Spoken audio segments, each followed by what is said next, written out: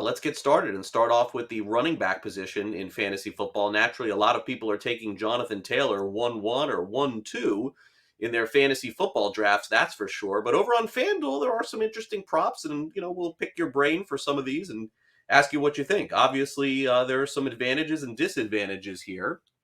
To score 12 or more rushing touchdowns, Taylor is minus 230 over on FanDuel, and 10 or more is minus 600. And even 8 here, Matt, is really, sort of formidable at 1,700. But naturally, we're looking for an edge here in terms of any of these props. 1250 minus 240 to rush for 1,000 plus yards minus 1,200. Boy, I got to be honest, I don't see anything that I like on that. But his rushing total is 1,350 for the season. Maybe we should focus more on that.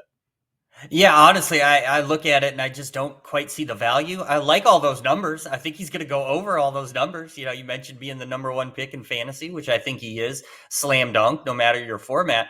But those numbers don't allow for a lot of value. And the problem with any over under prop, of course, for the course of the season is that so much of it relies on health. Jonathan Taylor can be fantastic. He can be on pace for all those numbers and then suffer a really bad injury like we've seen couple other guys we'll talk about, Derrick Henry and Christian McCaffrey, do in the past couple years. So to me, it's only the over under on the rushing yards. It's pretty high for a guy, but he obviously shattered that last year. I think he can do it again this year. There's no reason to think he won't be great again. The offensive line is still stacked. I think they have a more stable quarterback, and but they're still going to be run heavy. So what's not to like?